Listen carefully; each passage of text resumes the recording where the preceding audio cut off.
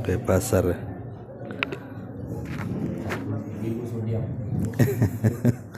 Tes. Satu. Kecil ya volumenya. Kurang gede volumenya kayaknya. Nggak dengar nanti ke belakang tuh.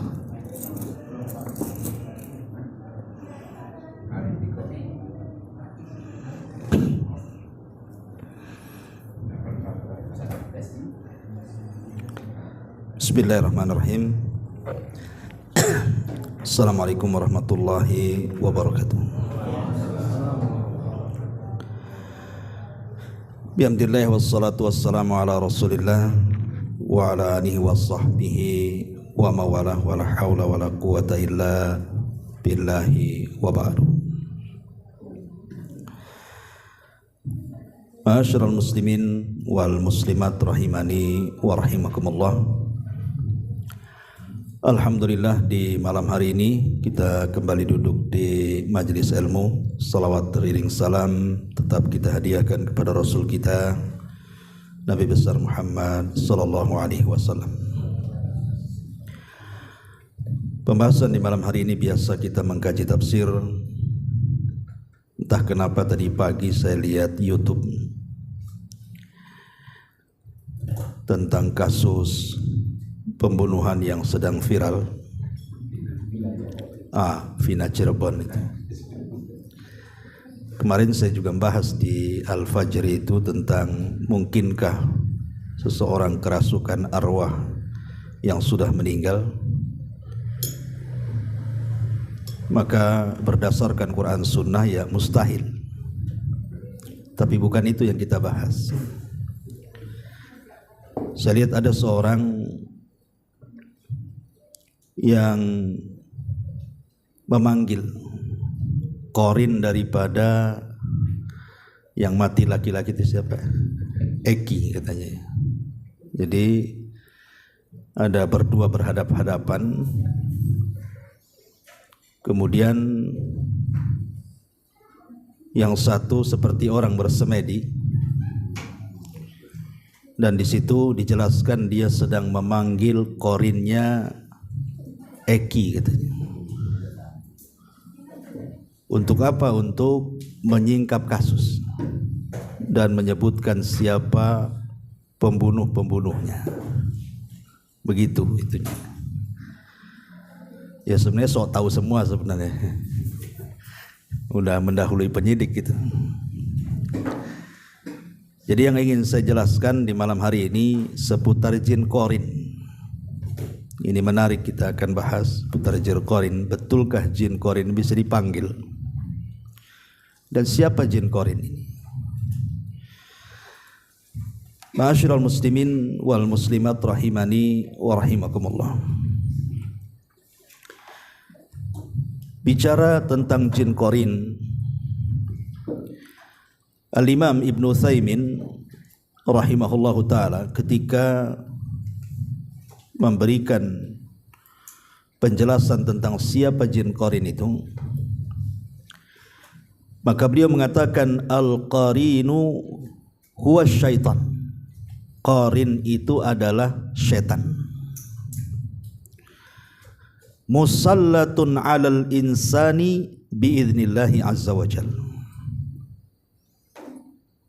Yang dikuasakan kepada manusia karena izin Allah. Ya'muruhu bil fahsya wa yanhahu 'anil ma'ruf. Tugasnya memerintahkan kepada keburukan dan mencegah dari kemakrufan. Kemudian beliau menukilkan firman Allah Subhanahu wa taala, "Asy-syaitanu ya'idukumul faqra wa ya'murukum bil fahsya. Wallahu ya'idukum maghfiratan minhu wa fadla. Wallahu wasi'un alim." Dan syaitan itu menjanjikan kepada kalian kefakiran. Jadi kalau ada orang bersedekah, maka syaitan akan berikan was-was, jangan sedekah nanti fakir. Wa ya'murukum bil fahsya, setelah itu memerintahkan kepada kekejian. sementara Allah menjanjikan kepada kalian ampunan dan keutamaan, dan Allah maha luas lagi maha mengetahui. Dari sini kita tahu bahwa qarin itu bukan jin yang baik, tapi dia adalah syaitan. Jadi orang yang memanggil jin qarin untuk merasuk ke dalam badannya, hakikatnya kalau memang betul berarti yang dipanggil setan itu. Jadi dia sedang menginterogasi setan. Kira-kira kalau setan diinterogasi, jujur apa dusta tuh informasinya? Pasti dusta lah kan begitu. Jelas di sini Quran mengatakan, ya'idukumul faqra wa ya'murukum bil fahsya. Dia senantiasa memerintahkan kepada kekejian. Ya tidak mungkin setan mengasih tahu siapa pembunuhnya. Paling dia akan memberitahu pembunuh-pembunuh yang tidak terlibat kan begitu, supaya gaduh dan terjadi kegaduhan. Makin ramai lagi kan kegaduhannya. Ma'asyiral muslimin yang dimuliakan Allah Subhanahu wa taala. Taib.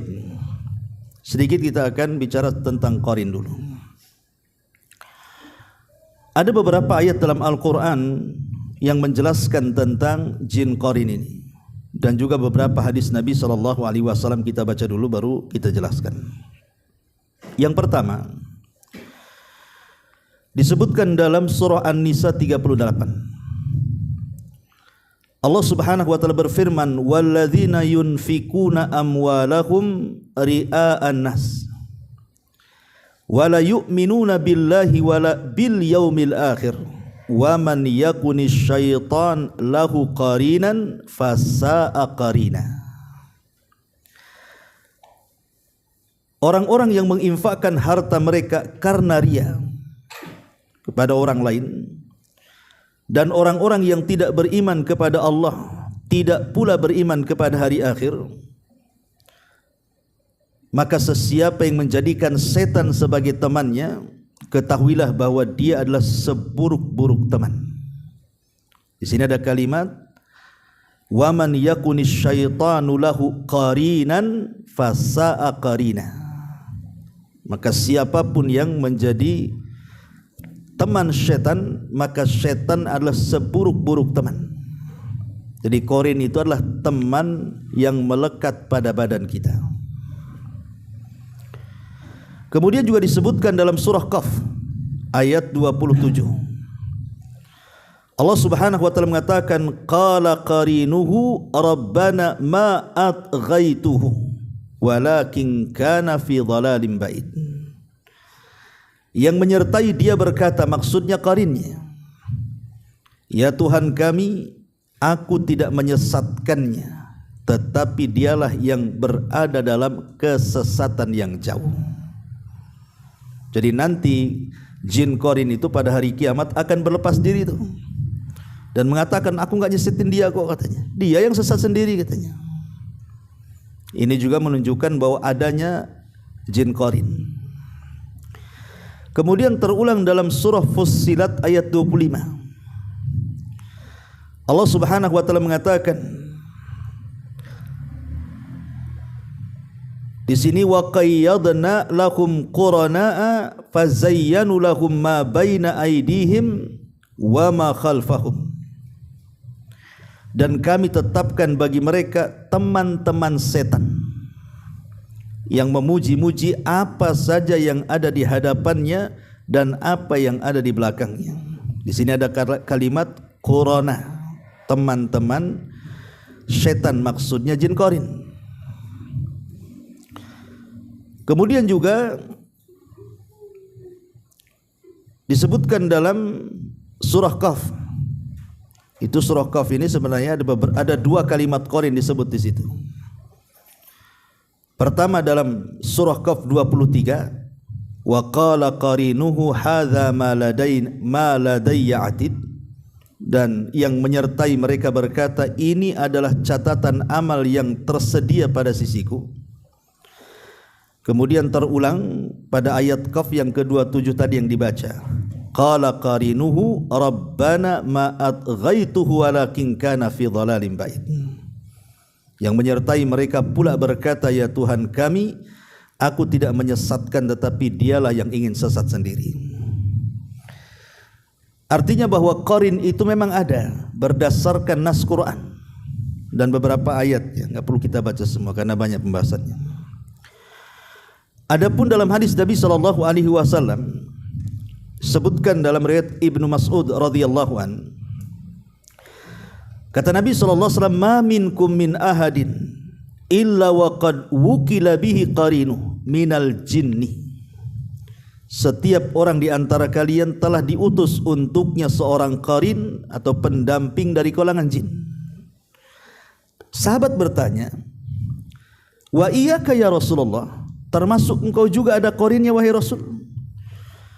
Maka Rasul mengatakan, ya, termasuk aku ada qarinnya, termasuk wa iyaya illa annallaha a'anani alaihi fa aslam fala ya'muruni illa bi khairin.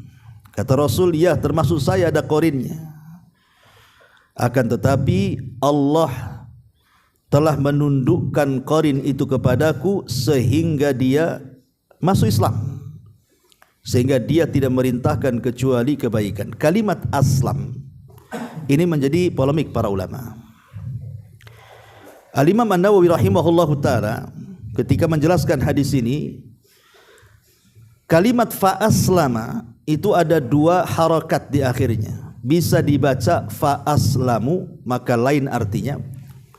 Bisa dibaca fa'aslama, lain pula artinya. Jadi ketika Nabi SAW mengatakan illa annallaha a'anani, kecuali karena Allah telah melindungi aku, alaihi kepada jin qarin itu fa'aslam. Kalau dibaca fa'aslamu, berarti jinnya yang bersarang di badan Nabi itu tetap kafir. Tetapi walaupun dia tetap kafir, tidak bisa mengganggu Nabi, karena Nabi telah menundukkannya. Tapi kalau dibaca fathah, fa'aslama artinya Islam, berarti Nabi SAW sudah mengislamkan jin qarin yang ada di badannya. Al-Imam Al-Khattabi rahimahullahu ta'ala, dia merojehkan bahwa kalimat fa'aslam itu bukan dibaca fathah tapi dibaca dhammah, fa'aslamu, artinya jin yang ada pada diri Nabi itu tetap kafir, tetapi dia tidak memerintahkan kecuali kebaikan, walaupun kafir karena Rasul sudah menundukkannya. Tapi Qadhi Iyad rahimahullahu ta'ala, beliau lebih cenderung kepada pendapat yang memfathah mim, fa'aslama, artinya jin yang ada di badan Rasul itu sudah Islam. Tapi secara umum namanya jin itu kafir. Ya, ada yang Islam, tapi umumnya jin itu kafir. Karena saya juga melihat di tayangan YouTube itu ada orang yang penampilannya ya nampaknya soleh gitu ya, pakai sorban, pakai jubah sampai melembreh ke tanah gitu ya, bawa tasbih, kemudian dia mengatakan, aku sudah mampu menundukkan jin qarin saya, katanya. Kita katakan, dusta Anda, mana bisa jin qarin ditundukkan? Jin qarin itu bisa ditundukkan karena keimanan kita, karena ketakwaan kita kepada Allah, karena ibadah kita, baca Quran kita, zikir kita, ya memang bisa ditundukkan. Apa selamanya bisa ditundukkan? Tidak bisa, karena manusia itu ada waktunya semangat, ada waktunya futur. Cemana bisa ditundukkan? Kan manusia itu ada dua kondisi. Kadang lagi semangat dia ibadah, ya ketika itu dia bisa menundukkan. Tapi ada waktu-waktunya manusia itu futur, malas ibadah, malas ini, malas itu. Lah futur ini datang dari mana kalau bukan dari si qarin itu? Jadi kalau dia mengatakan saya sudah bisa menundukkan jin qarin, kadzabtum, dusta. Enggak ada yang bisa menundukkan jin qarin itu. Ya mungkin sementara ketika Anda imannya naik. Nah, ketika imannya turun, yang menurunkan iman itulah jin qarin itu. Jadi ma'asyiral muslimin yang dimuliakan, jangan dipercaya orang-orang kayak gini.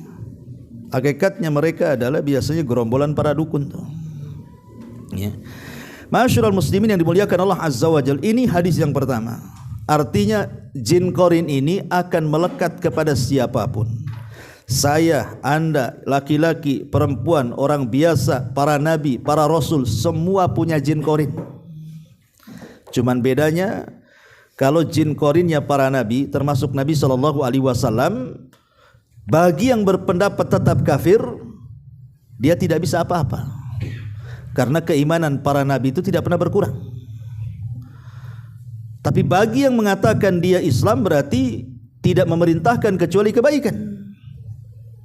Tetapi selain para nabi tidak bisa menundukkan, bahkan akan cenderung memberikan was-was keburukan. Ma'asyiral muslimin yang dimuliakan Allah Azza wa Jalla, dalam hadis Abdullah bin Amr, hadis yang kedua, Nabi SAW bersabda, "Idza kana ahadukum yusalli fala yada ahadan yamurru baina yadayhi." Jadi kalau salah seorang di antara kalian salat, jangan biarkan ada orang yang berjalan di depan kita.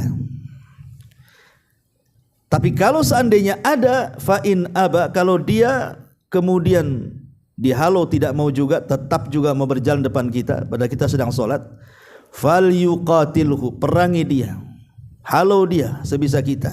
Kenapa? Fa inna ma'ahul qarin, karena bersama orang itu ada jin qarinnya tuh. Menunjukkan bahwa dalam hadis Nabi SAW bahwa jin qarin itu ada. Kemudian hadis yang ketiga, hadis Abdullah bin Mas'ud radhiyallahu an. Dia mengatakan, Nabi bersabda, "Inna lisyaitan lammah bibni Adam walil malaki lammah, fa amma lammatus syaitan fa iadun bisyarri wa takdzibun bil haqqi, wa amma lammatul malaki fa iadun bil khairi wa tasdikun bil haqq. Faman wajada dzalika falyalam annahu minallah falyahmadillah. Wa man wajadal akhar atau wa man wajadal ukhra falyata'awad billahi minasyaitonir rajim." Thumma qara'a asy-syaitan thumma qara'a asy-syaitanu ya'idukumul faqra wa ya'murukum bil fahsya. Dari Abdullah bin Mas'ud radhiyallahu anhu, dia berkata, Nabi bersabda, sesungguhnya setan itu memiliki bisikan pada manusia, sebagaimana malaikat juga punya bisikan kepada manusia. Bisikan setan menjanjikan keburukan dan mendustakan kebenaran, sedangkan bisikan malaikat menjanjikan kebaikan dan mempercayai kebenaran. Barang siapa mendapatkannya, maksudnya bisikan kebaikan, pujilah Allah. Tapi kalau tidak dapat bisikan kebaikan, maka hendaklah dia meminta perlindungan kepada Allah. Kemudian Rasul membaca, sesungguhnya syaitan menjanjikan kepada kalian kefakiran dan memerintahkan kepada kalian keburukan. Dari hadis ini bahwa qarin itu ada dua macam. Qarin itu ada dua macam. Ada qarin dari kalangan malaikat, ada qarin dari kalangan jin. Dan dua-duanya melekat pada badan setiap manusia, mau mukmin mau kafir, mau orang biasa mau para nabi, semua melekat dua jin ini atau dua qarin ini.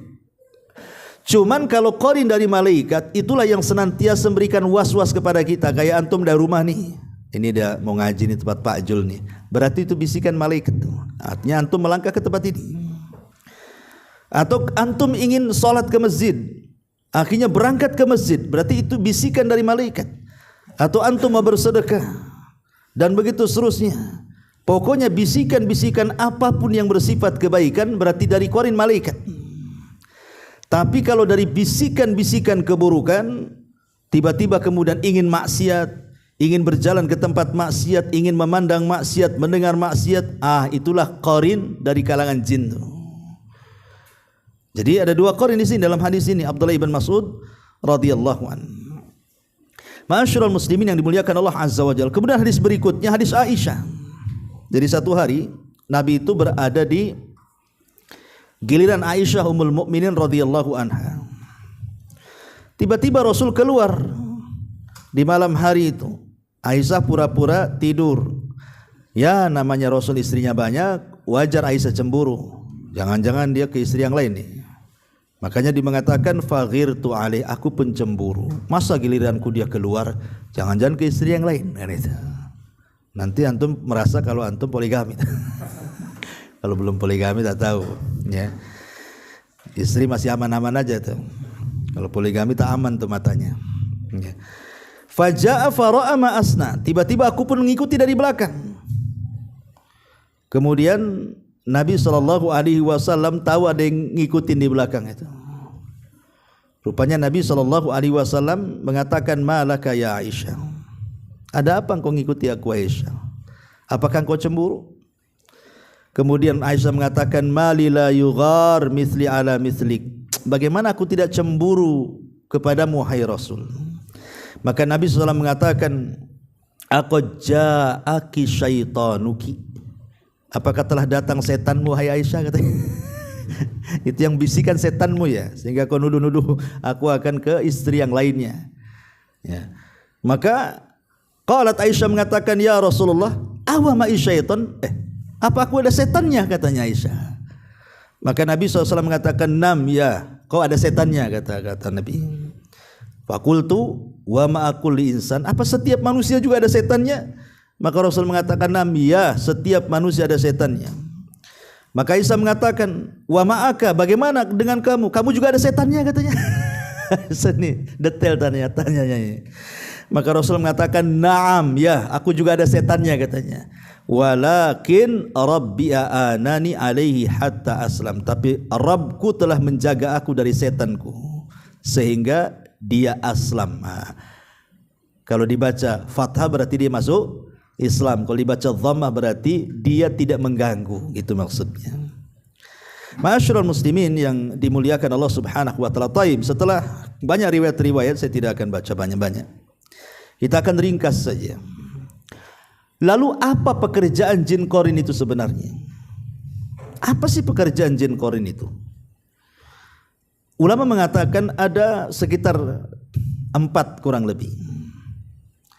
Pertama, inti daripada jin qarin adalah memberikan was-was. Ingat, jin qarin itu tidak mungkin membahayakan kita secara fisik. Nah, dia tidak mungkin membahayakan secara fisik. Nah, pokoknya dibuat penyakit dalam badan kita, dibuatnya kita kanker, dibuatnya kita ada tumornya, ada apa, enggak. Dia enggak akan menyakiti secara fisik.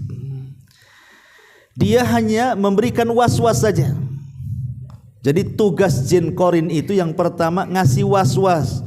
Sana lo pergi. Tuh enak tuh, asik tuh di situ tuh. Maksudnya disuruh maksiat, hanya was-was saja. Dia ngasih was-was supaya kita ini berbuat jahat saja sebenarnya.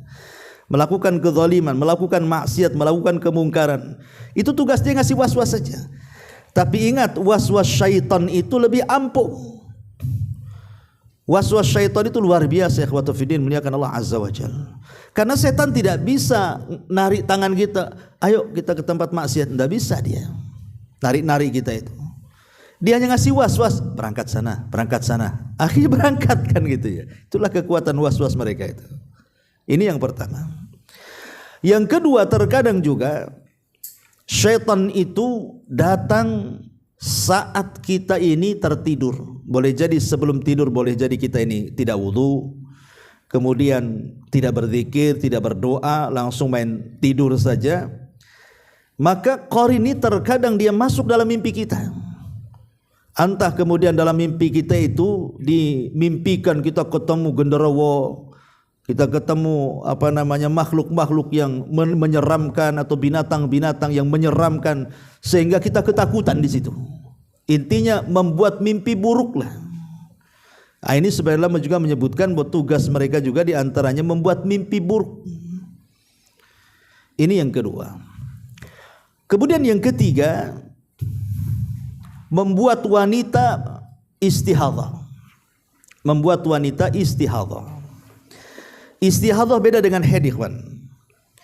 Kalau haid itu darah kebiasaan, memang setiap bulan wanita pasti keluar haid. Tergantung kebiasaannya, ada yang seminggu, ada yang lebih, ada yang kurang kan begitu. Setiap wanita itu pasti ada haid selama dia tidak menopause. Ya. Tapi kalau istihadhah ini beda dengan haid. Dan biasanya istihadhah ini keluar setelah haid. Umpamanya seorang wanita haidnya seminggu, 7 hari. Harusnya 7 hari sudah bersih tuh, sudah kering.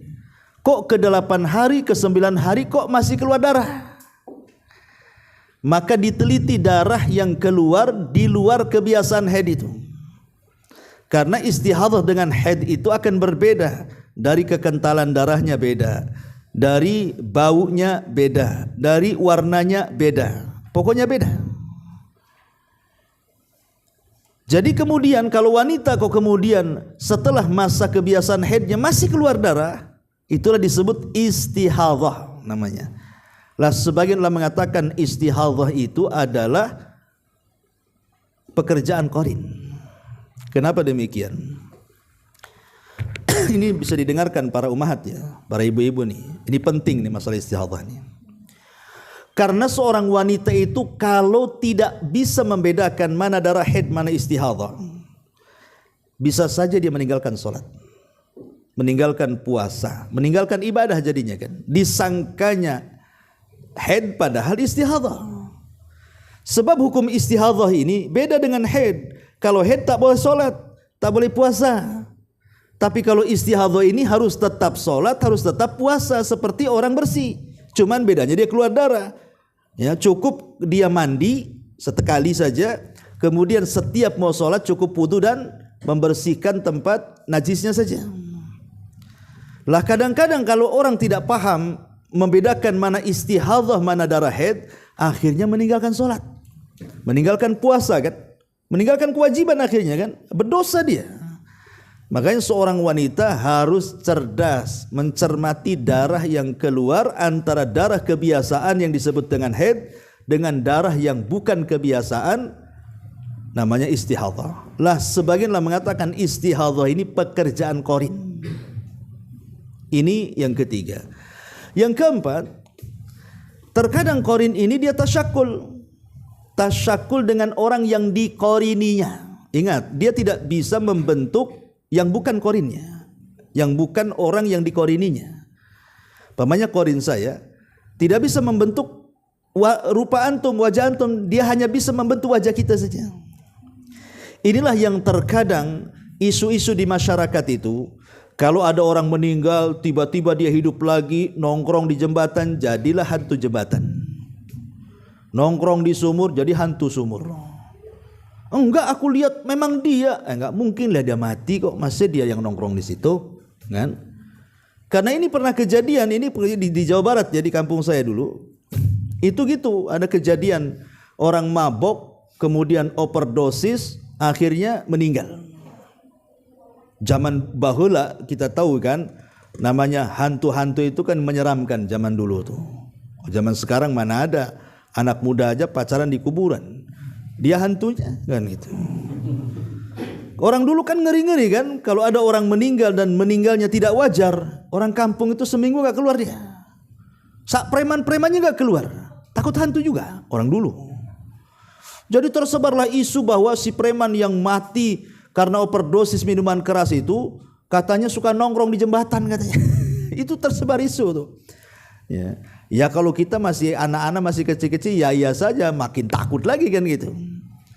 Baru setelah kemudian kita dapat hidayah, belajar, ya boleh juga terjadi, tapi itu bukan orang yang mati, ruhnya ke dunia kemudian nakut-nakuti orang, enggak. Boleh jadi itu qarinnya.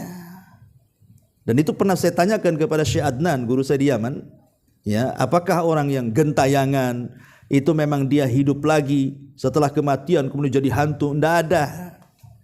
Yang ada boleh jadi qarinnya, tapi dia hanya bisa tasyakul dengan orang yang diqarininya saja. Ya. Tapi sekali ini kan perkara gaib, ikhwatu fiddin. Kita tidak bisa menjazamkan kecuali ada nas dari Quran dan hadis Nabi sallallahu alaihi wasallam. Baik, ma'asyiral muslimin wal muslimat rahimani wa rahimakumullah. Jadi kalau kita sudah tahu ini gambaran qarin ini, kita tahu bahwa qarin ini kan bagian daripada syaitan ya. Karena tadi definisi para ulama ketika menjelaskan qarin, dia adalah huwa syaitan, dia adalah setan. Jin korin adalah setan. Yang namanya setan, ulama mengatakan tugas setan itu paling sedikit 4. Tugas setan itu paling sedikit 4. Ya. Apa saja tugas setan itu? Paling sedikit 4 tadi. Yang pertama, idlalul ibad wa ifsadihim, menyesatkan hamba-hamba Allah dan merusak mereka. Jadi kalau seandainya kembali kepada kasus pembunuhan tadi, tiba-tiba kemudian dia ingin menyingkap sebuah kasus pembunuhan, karena kan sekarang simpang siur antara siapa yang membunuh. Masih simpang siur gitu. Kalau kita nengok di YouTube ini pusing sendiri, nggak usah nonton ya. Bagus disibukkan dengan perkara lain, karena itu sudah ada yang menangani. Antum bukan penyidik. Antum bagus buka murotal, buka ceramah ya. Kalau antum ikuti tiap hari pagi sore berita itu saja, habislah waktunya di situ, nggak ada manfaatnya. Itu sudah ada tugasnya orang-orangnya, pengacara, polisi, dan mereka lebih paham. Lah, kembali kepada orang yang tadi semedi di YouTube tadi itu. Tiba-tiba kemudian dia dengan kawannya wawancara, setelah semedi beberapa saat, tiba-tiba kemudian jin korin si Eki ini masuk ke tubuh dia. Coba bayangkan. Kemudian ditanya-tanya, diterawang siapa pembunuh-pembunuhnya itu. Ikhwan, tugas setan itu idlalul ibad wa ifsaduhum, menyesatkan hamba-hamba Allah dan merusak. Dia tidak akan memberikan informasi sekalipun itu betul korinnya. Yang dia akan berikan informasi pasti informasi hoax, informasi dusta. Boleh jadi sengaja dibuat ribut kan gitu. Karena memang tugas setan itu menyesatkan dan merusak. Ini yang pertama. Yang kedua, dan itu kita lihat di hadis-hadis Nabi SAW, contohnya ketika iblis ini kan punya istana itu di tengah lautan. Setiap hari kan dikirim tuh pasukan-pasukannya. Ada yang bertugas ganggu orang akhirnya tidak sholat, ada yang bertugas ganggu orang akhirnya tidak puasa, tidak sedekah, tidak baca Quran, dan begitu seterusnya. Tapi bagi iblis biasa saja, karena memang itu tugas mereka. Iblis itu hanya tertarik dengan satu pasukannya kalau bisa mencerai-beraikan suami istri. Kalau ada orang cerai, oh senang dia, mantap kau ya, sudah membuat orang bercerai. Diambilnya piala, diletakkan di kepalanya, anta ini benar nih katanya, karena korbannya banyak ya. Lah sama juga ini, kalau dia memberitakan kemudian menyebut orang yang tidak bersalah, kemudian dikatakan dia pembunuhnya umpamanya, atau terlibat dalam pembunuhan, nah ini kan bisa menghukum yang tidak bersalah jadi salah, yang jiwanya maksum akhirnya jadi tertumpahkan akhirnya. Ini kan bahaya kawan ya.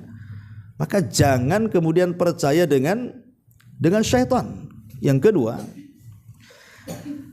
ibadatul insi lil jin, memang tugas mereka itu bagaimana caranya manusia itu beribadah kepada mereka.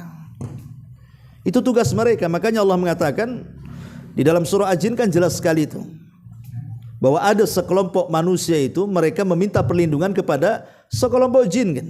Wa kana rijalun minal insi ya'udzuna birijalin minal jinni fazaduhum rahaqa.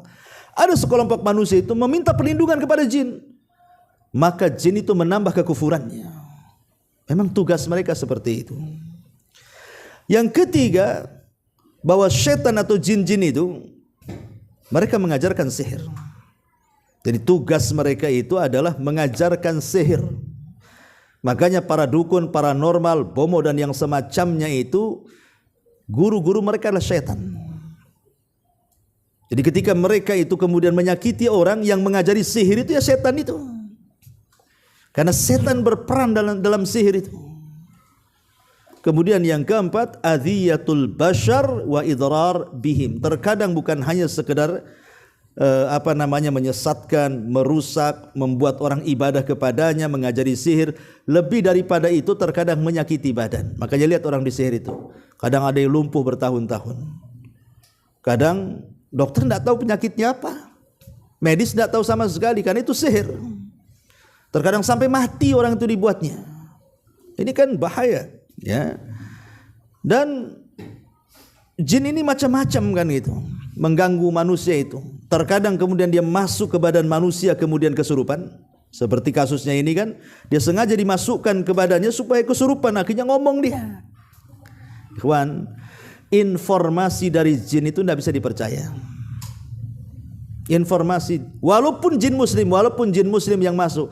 Karena kalau jin muslim yang tidak mungkin masuk ke badan manusia, tidak mungkin menyakiti manusia. Jin muslim yang fasik ya, atau mungkin jin yang kafir yang masuk. Kalau antum berdialog dengan mereka, nggak mungkin mereka itu memberikan informasi yang jujur. Kenapa? Karena di zaman sekarang untuk mengatakan si fulan jujur, jin ini jujur, jin ini dusta ini, kita tidak tahu. Kalau di zaman Nabi yang kasih tahu. Contoh namanya Abu Hurairah. Ketika dia nangkap orang yang maling.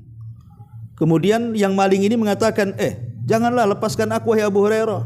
Sebagai imbalannya aku ajarkan kau sesuatu yang bisa melindungi kamu dari setan, katanya. Kata Abu Hurairah, apa itu? Kalau engkau hendak beranjak ke pembaringanmu, baca ayat kursi, maka setan tidak akan mendekatimu sampai waktu pagi. Kemudian Nabi SAW keesokannya bertanya, Abu Hurairah, yang kau tangkap itu siapa? Kau tahu enggak? Kata Abu Hurairah, enggak tahu. Kata Rasul, dia adalah setan, katanya. Jadi setan ngajari Abu Hurairah ayat kursi untuk mengusir setan. Ya. Maka Nabi SAW mengatakan, sadaqaka wa huwa kadzub, kata Rasul. Yang ini benar, tapi dia itu pendusta. Saya bayangkan ya. Jadi ketika Abu Hurairah diajarkan ayat kursi, kata Rasul, ini benar yang diajarkan dia. Tapi yang lainnya pendusta, gitu maksudnya. Nggak ada yang benar yang lainnya. Kalau yang ini benar. Jadi satu yang benar, yang lainnya dusta. Gitu. Makanya ketika Nabi menjelaskan jin-jin yang naik ke langit, kemudian mencuri dengar dari wahyu Allah Subhanahu wa taala langit pertama itu. Kemudian jin yang paling atas mendapatkan satu kalimat dari ucapan malaikat. Kemudian kalimat ini diberikan kepada jin yang kedua, yang ketiga, sampai yang ada di bumi. Kata Nabi SAW, yang benar itu satu kalimat, yang sampai ke bumi itu 99 kalimat dusta. Jadi kalau ada peramal kok betul ramalannya, ya khusus itu betul. Tapi 99 ramalan yang lainnya dusta. Gitu maksudnya. Atau boleh jadi mungkin ya, makanya jin sekarang ini ya, karena gara-gara pembunuhan Vina dengan Eki ini, semua dukun bersuara. Subhanallah, coba dia bisa meramal, coba. Tapi sampai hari ini mereka juga tidak tahu siapa pembunuhnya. Ya cuman ya kira-kira, agak-agak. Dukun kan gitu, kalau nggak dua kata itu, kalau nggak kira-kira ya agak-agak aja. Dia nggak bisa memastikan. Kenapa barang buktinya dia memastikan si fulan pembunuh? Ya. Makanya informasi apapun kalau datang dari setan itu tidak mungkin benar. Semua pendusta, karena mereka memang inginnya itu dibuat heboh seheboh-hebohnya, supaya manusia saling menzalimi satu dengan yang lainnya. Jadi terkadang dalam bentuk menyakiti itu, setan apa? Masuk ke badan orang, kesurupan jadinya. Ya. Ataupun dengan cara mengirim ain ke orang-orang yang hasad. Jadi kalau ada orang hasad kepada seseorang, maka mereka akan masuk di matanya, kemudian akan memancarkan penyakit ain, penyakit hasad itu, sehingga yang dilihatnya itu bisa rusak. Dan itu bagian daripada sihir. Makanya Rasul berlindung dari ain. Kebanyakan orang mati itu gara-gara ain, kata Nabi. Ya. Kemudian yang ketiga juga, terkadang mereka sengaja untuk menyakiti kita itu bergabung dengan kita. Ketika kita makan, ikut makan. Kita minum, ikut minum. Ketika kita melakukan hubungan suami istri, ikut pula berhubungan di situ. Kalau ketika kita makan, minum atau berhubungan tidak baca basmalah dan ta'awudz, ya seperti itu. Ya. Ataupun menyebabkan sakit bertahun-tahun, ya kan? Karena ada orang-orang yang kemudian jin ini tidak mau lepas dari diri dia sejak kecil sampai dia dewasa. Ada yang nggak mau lepas. Karena biasanya kedekatan jin dengan kita itu, satu mungkin boleh jadi dia jatuh cinta dengan kita, sama dengan manusia. Jatuh cinta, suka, sehingga namanya orang suka tidak mau pergi dari dia, sehingga dibuatnya kesurupan terus. Atau karena balas dendam, mungkin kita membunuh kawannya, atau menyakiti kawannya. Antum kencing sembarangan ke lubang itu, rupanya itu lubang jin pula. Coba kalau antum dikencingin sama jin, dendam atau sama jin, tapi jin kan nggak mandang kita. Kita pula dibuat tidak melihat mereka, mereka pula bisa melihat kita. Makanya Allah mengatakan innahu yarakum huwa wa qabiluhu min haitsu la tarawnahum. Sesungguhnya dia dan seluruh kabilahnya, maksudnya setan, iblis dan jin-jin itu mampu melihat kita. Kita yang tak bisa melihat dia. Makanya kalau ada acting orang-orang penangkap jin itu dimasukkan ke botol itu, gimana caranya? Dia tidak bisa melihat. Mana mungkin menangkap sesuatu yang nggak bisa dilihat? Kayak antum nangkap angin. Antum bisa nangkap angin kan nggak bisa, namanya nggak bisa nangkap angin. Lah itu sama, nangkap jin itu sama dengan nangkap angin itu. Jadi mereka hanya acting saja, tidak ada benarnya. Ya. Intinya bahwa atau terkadang dia menikmati aurat kita. Makanya kenapa kalau kita masuk WC itu kamar mandi ada doanya di situ supaya ketika kita telanjang bulat itu walaupun kita telanjang mereka tidak bisa melihat kita. Tapi kalau kita lupa atau memang sama sekali nggak pernah baca, ya kita ini jadi ditonton harus terus-terusan lah tiap hari oleh mereka. Mereka menikmati aurat kita, naudzubillah. Ma'asyiral muslimin yang dimuliakan Allah Azza wa Jalla, itulah di antara kesimpulan tentang masalah jin qarin ini. Jadi jangan pernah percaya, karena dengan kasusnya Vina dan Eki ini rusak akidah kaum muslimin. Rusak. Coba bayangkan. Sampai ada kerasukan arwahnya Vina. Apa enggak rusak tuh akidahnya? Ya kalau orang-orang yang sudah ngaji, sudah punya ilmu, enggak percaya orang sudah mati mana hidup lagi. Dia sibuk kalau dia memang orang jahat ya dengan azab kuburnya, kalau dia orang baik dengan nikmat kuburnya. Ngapain pula naik ke atas? Ya, apalagi iseng masuk pula ke tubuh orang pula. Lalu tugas malaikat gimana kan itu? Apa izin dulu sama malaikat?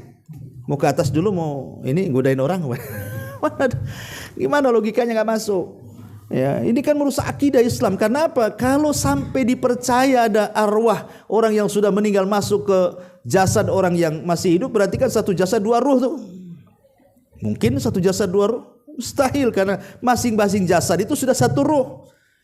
Jadi kalau mamanya manggil ruh orang mati dimasukkan jadi satu jasad dua ruh namanya itu. Ini mustahil. Dan Nabi SAW sendiri yang mengatakan kepada kita tentang kisahnya Abdullah ibn Haram yang ketika dia mati syahid di perang Uhud, Allah kan mengatakan kepada Abdullah ibn Haram, ya abdi tamanna, hambaku, cita-citalah engkau. Kira-kira apa cita-citamu? Kata Abdullah ibn Haram, ini ruhnya yang ngomong nih di hadapan Allah, aku ingin balik ke dunia katanya. Kata Allah, enggak, mustahil, enggak bisa. Ya, enggak bisa, engkau enggak bisa balik ke dunia, karena dia menginginkan untuk mati syahid kembali kedua kalinya. Kenapa demikian? Karena orang yang mati syahid itu kenapa dia ingin mati lagi, ingin hidup dan mati? Karena saat sakaratul maut dia tidak merasakan sakit. Semua manusia merasakan sakit saat sakaratul maut kecuali orang yang mati syahid. Makanya dia ingin apa? Ingin balik lagi karena tahu kematiannya. Tapi Allah mengatakan tidak bisa. Kata Abdullah ibn Haram, kalau begitu ya Rabb, kalau tidak bisa hidup lagi ke bumi, habarkan saja tentang bagaimana aku di sisimu. Maka Allah Subhanahu wa taala turunkan ayat kepada Rasul, wala tahsabannal ladzina qutilu fi sabilillahi amwatan bal ahya inda rabbihim yurzakun. Jangan kau sangka orang yang mati syahid mati tidak, mereka hidup. Mereka sedang dapat rezeki dari Allah. Turun ayat ini kan. Ya. Ini kan menyesatkan orang. Belum lagi cerita jin qarin orang yang sudah mati, jin qarinnya si Eki itu dipanggil, dimasukkan ke badan, kemudian diinterogasi. Kalau memang iya seandainya, dan ini mustahil, kalau memang iya anggaplah jin qarinnya, dia setan, antum menginterogasi setan namanya. Ya. Apa enggak terbalik, antum menginterogasi balik sama setan gitu. Ya setan diinterogasi pasti merusak. Jadi ya ini sebagai pembelajaran bagi kita, tetap kita itu melihat dengan kacamata Islam. Kita ini punya akidah, punya agama. Dan kasus ini sudah ditangani kan itu. Biarkan mereka yang bekerja. Ya. Ma'asyiral muslimin yang dimuliakan Allah Azza wa Jalla. Taib, ini yang disampaikan sebelum saya tutup. Kalau ada yang bertanya silakan. Tadi jin qarin itu kan melekat ya. Iya. berarti selalu bersama kita itu mana-mana ya. Iya. Ketika orang tuh kesurupan gitu berarti jin luar atau yang memang ada di Jin korin itu adalah pemberi waswas. Tadi saya katakan tugasnya memberikan waswas, tapi yang memberikan waswas itu bukan tugas jin korin saja. Banyak jin-jin yang lain yang di luar daripada kita. Ya. Contoh umpamanya hadis Nabi SAW ketika bicara soal orang tidur. Di situ ada yang ngencingi telinga kita kan supaya tidak bangun. Itu bukan jin korin, jin luar. Lain lagi, tapi kan sama tugasnya ngasih was-was. Ataupun yang mengikat di tengkuk kita, ataupun jin yang disebut dengan hinzib. Jin hinzib itu yang suka masuk dalam solat, kemudian uzkur kada, ingat ini, ingat itu, nyari kunci sebelum solat tak tahu, habis solat Allahu Akbar, aduh di lemari rupanya. Itu namanya hinzib. Itu lain lagi, bukan korin. Artinya bahwa jin-jin yang memberikan was-was kepada kita ini macam-macam bentuknya. Lah salah satunya jin korin, karena namanya iblis itu dia tidak mungkin dia mengerahkan satu tentaranya saja. Pasti dia akan mengepung kita dari berbagai macam sisi kan, memberikan was-was di wudu, di solat, di puasa, di semua ibadah, supaya kita tidak khusyuk. Jadi lain lagi. Lah pertanyaannya, apakah kalau seandainya orang yang saya atau antum meninggal dunia, apa jin korinnya juga akan meninggal dunia? Namanya korin itu kan melekat sama kita, dia nggak mungkin lari dari kita. Lah ini yang menjadi polemik para ulama. Ulama mengatakan bahwa ingat bahwa jin korin itu hanya tugasnya memberikan was-was. Artinya kalau kita sudah mati selesai tugasnya. Dari sini kata para ulama diambil hadis Nabi SAW, idza mata ibnu Adam inqata amaluhu illa min thalathin, shadaqatin jariyah aw ilmin yuntafa'u bihi aw waladin salihin yad'ulahu. Apabila anak Adam meninggal dunia, terputus semuanya. Termasuk dengan jin korin juga terputus. Masalahnya apakah kemudian jin korin itu masuk ke dalam kuburan menemani kita? Maka ulama mengatakan seperti Syekh Utsaimin rahimahullah mengatakan tidak. Ya, kalau kita meninggal, maka jin korinnya akan kembali ke koloninya menjadi penghamba iblis lagi. Ya kan? Karena tugasnya sudah selesai. Ya tentu iblis akan ngasih tugas yang lain, wallahu alam kan gitu. Nah, walaupun ada sebenarnya para ulama mengatakan bahwa jin korin itu dia mati dengan kematian yang dikorininya. Tapi ini perkara gaib. Yang masuk di akal adalah dia tidak mati, tetapi dia kembali kepada bosnya lah sebagai penghamba iblis. Nanti tugasnya apalagi terserah bosnya lah. Tapi tugas dia selesai sampai di situ. Menyertai orang yang disertainya itu korinnya itu. Tidak sampai masuk ke dalam kuburannya, wallahu a'lam. Ya. Kalau hipnotis itu yang orang yang hipnotis itu yang bicara itu jinnya atau rohnya? Anda tidak tahu hipnotis. Ya kalau memang dia ngomong tanpa sadar bisa saja pakai jinnya. Bisa saja kan gitu. Karena sihir ini kan macam-macam. Ada yang menggunakan jin, ada yang menggunakan obat-obatan untuk buat halusinasi. Ya kan? Ada yang membuat obat-obatan, ada yang pakai jin, ada yang pakai pikiran kan macam-macam. Ya. Karena biasanya kan kita lihat hipnotis ini umumnya di masyarakat itu untuk kejahatan. Ya kan? Ada orang masuk ATM atau ditepuk. Itu keluar semua duitnya. Ini kan. Atau umpamanya belanja ke pasar. Mungkin hipnotisnya pakai media rokok. Udah ambil banyak, kasih duit, padahal belum ngasih, kemudian disemprot sembur sama asap rokok. Mana kembalinya? Ngasih duit pun tidak. Mana kembalinya? Dikasih kembali. Kena hipnotis dia kan. Jadi umumnya itu untuk kejahatan, ya boleh juga mungkin dari setan kan itu. Karena kan hipnotis kan namanya sihir takhil, itu namanya sihir yang dihayalkan. Persis seperti Nabi Musa. Ketika tukang-tukang sihir Fir'aun itu melempar-lempar tali tambang itu kan yukhayyalu ilaihi annaha tas'a, dihayalkan kepada Musa seolah bergerak-gerak dia. Berarti kan dihayalkan. Ya kalau hipnotis ini bagian daripada menghayalkan, akhirnya berbicara tanpa sadar, ini masuk pada sihir takhil namanya. Sihir hayalan. Yang pernah dilakukan atau pernah berhadapan Musa dengan tukang-tukang sihir Fir'aun kan. Ya, wallahu a'lam. Ya. Baik, sampai di sini mudah-mudahan manfaatnya. Subhanakallahumma bihamdika asyhadu an la ilaha illa anta astaghfiruka wa atubu ilaik. Allahu taala alam. Assalamualaikum warahmatullahi wabarakatuh.